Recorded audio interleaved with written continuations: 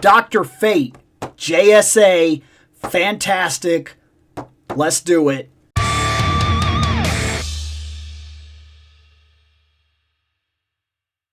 Dr. Fate is cool. Look, Dr. Fate is simple. He's from an old era. His costume is simple. He's not going to blow your mind. I did go out of my way to make sure that the one I bought was not the shiny one. I wanted the yellow. I wanted the blue. I wanted the old comic book looking dude. This. It's what I wanted. But Dr. Fate is interesting in the fact that, one, he's just a vessel for the spirit in the helmet. And two, so that's the first part. The guy that puts it on loses himself to control of the spirit.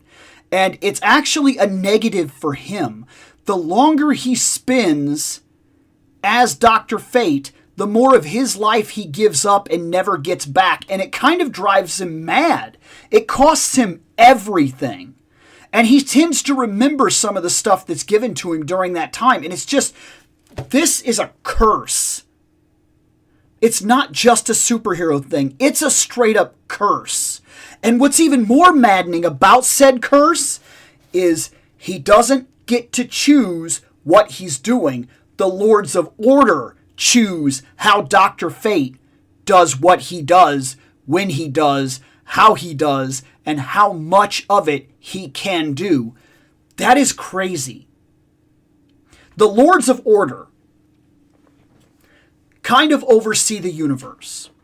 And they know there are certain things that have to happen, certain things that should never happen, and certain levels of balance that need to exist in the universe. And as crazy as that is, if he was witnessing, say, a bank robbery, just being very simple, old-timey superhero stuff, there's a bank robbery, and he puts that helmet on because he's carrying in a suitcase or whatever, and he's like, oh no, I gotta do something about this. They're innocent people. And he puts it on.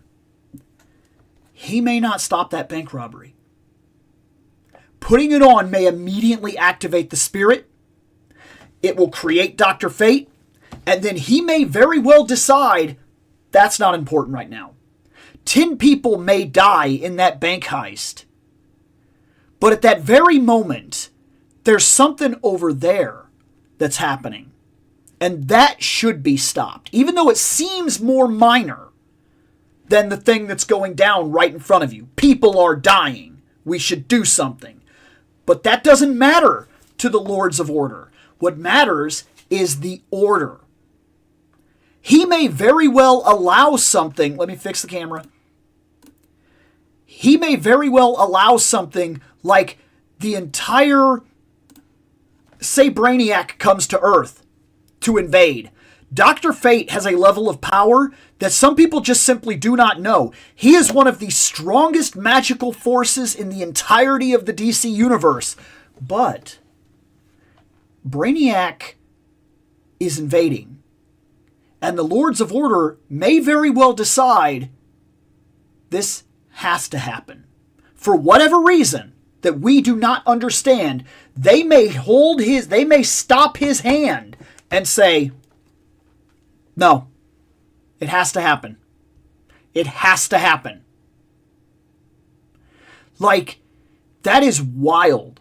He serves an order which is so far above the regular claims of superheroes. Like, Superman sees a thing going down, and he may stop it.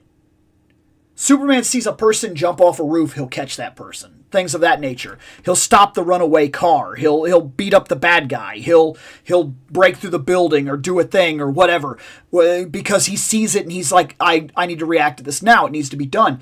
But he doesn't get that choice. That is infinitely interesting to me. And it brings up questions of like the grand scheme and how big DC is, because DC's a huge universe. And we sometimes like to look at DC like, well, this is the story that's being told now, so that's the thing that's important. And then you also got to stop and you got to say, well, if it is such a big deal, like Gotham, No Man's Land, where was he?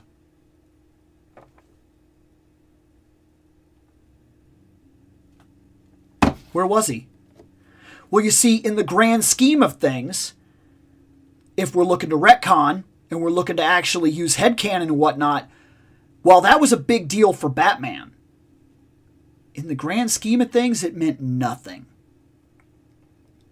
So, the event was allowed to take place because Batman would handle it eventually. It really doesn't mean anything.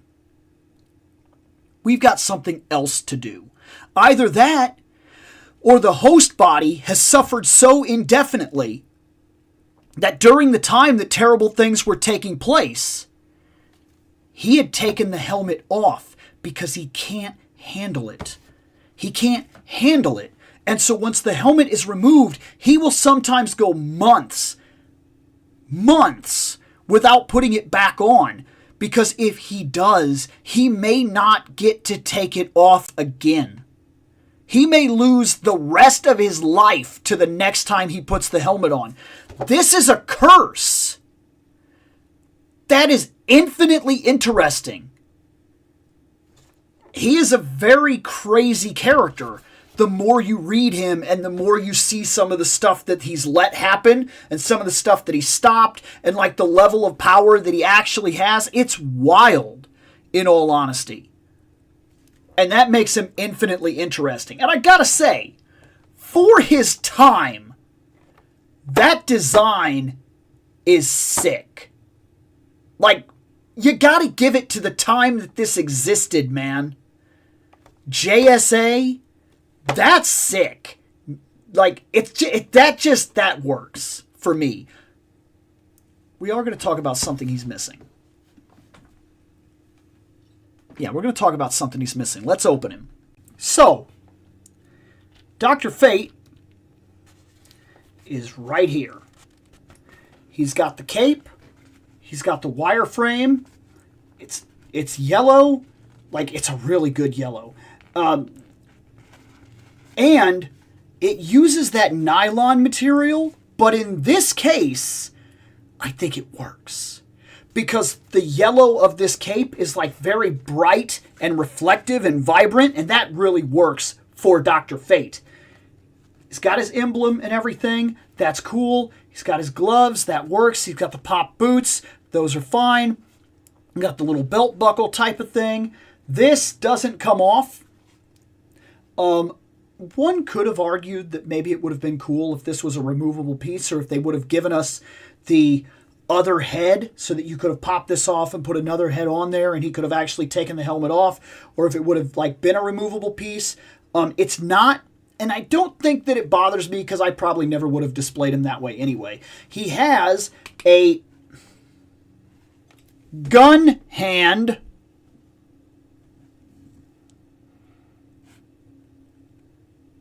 Who you gonna shoot, man? Who you gonna shoot? You have nearly unlimited power across the magic multiverse.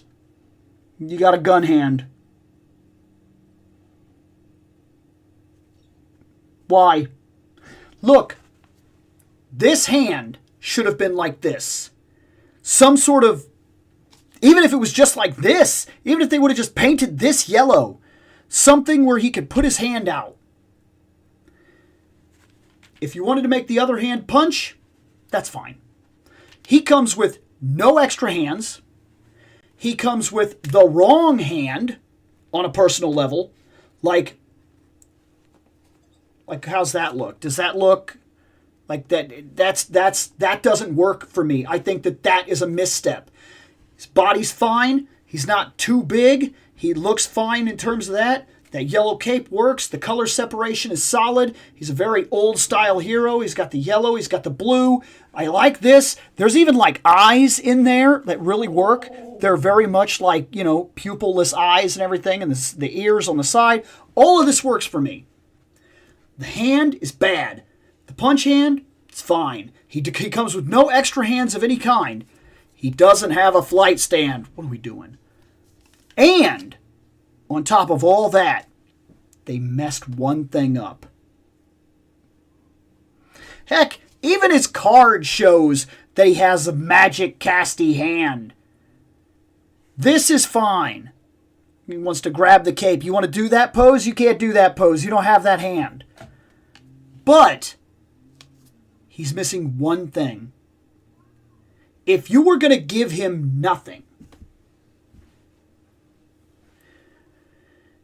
and all it needed to be was a slug, just a plastic mold, just one plastic mold, and it could have been hollow. You could have made it hollow, and you could have made it transparent plastic, yellow. He needed the Ankh symbol. He needed the Ankh. This guy should have come with an Ankh effect so he could put his hand out and you could make that Ankh come up and do different things, like it comes up out of the ground, or it like comes in and like hits a guy or whatever and causes like, you know, the bandings on the wrists or whatever. Like whatever he needed to do, like he should have got the Ankh symbol, because that is absolutely a part of the iconic look of him. Is when he casts magic, he does those yellow Ankhs. And the other thing that they should have done was give him a casting hand. Those are missteps if I have ever seen them in this line. And not like they don't have a ton of missteps in this line. Let's be very honest as to what we're buying. However, that all being said, I don't hate him by any means. He's exactly what I wanted. He's Dr. Fate. He will sit on the shelf and be Dr. Fate. He will stand along other JSA members and older looking heroes, and he will look classic and old. And there will be no real problem other than the fact of what I've pointed out. I do feel like there are parts of him that are blatantly wrong or blatantly missing. There's no reason we should have got the gun hand. He doesn't use a gun. Stop giving the trigger finger hand to characters that don't use it. Start giving flight stands to characters that fly. And this painted yellow would have made more sense. And here's the problem.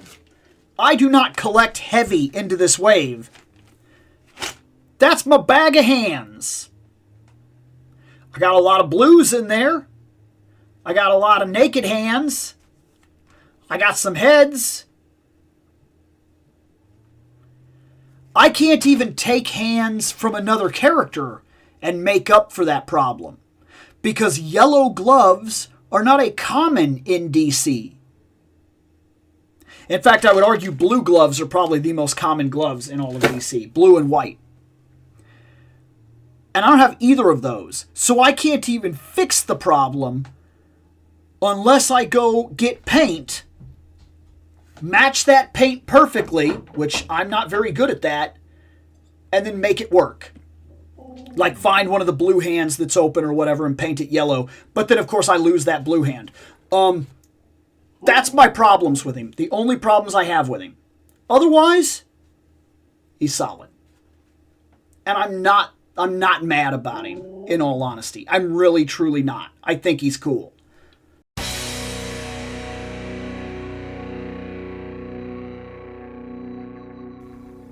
I have spoken.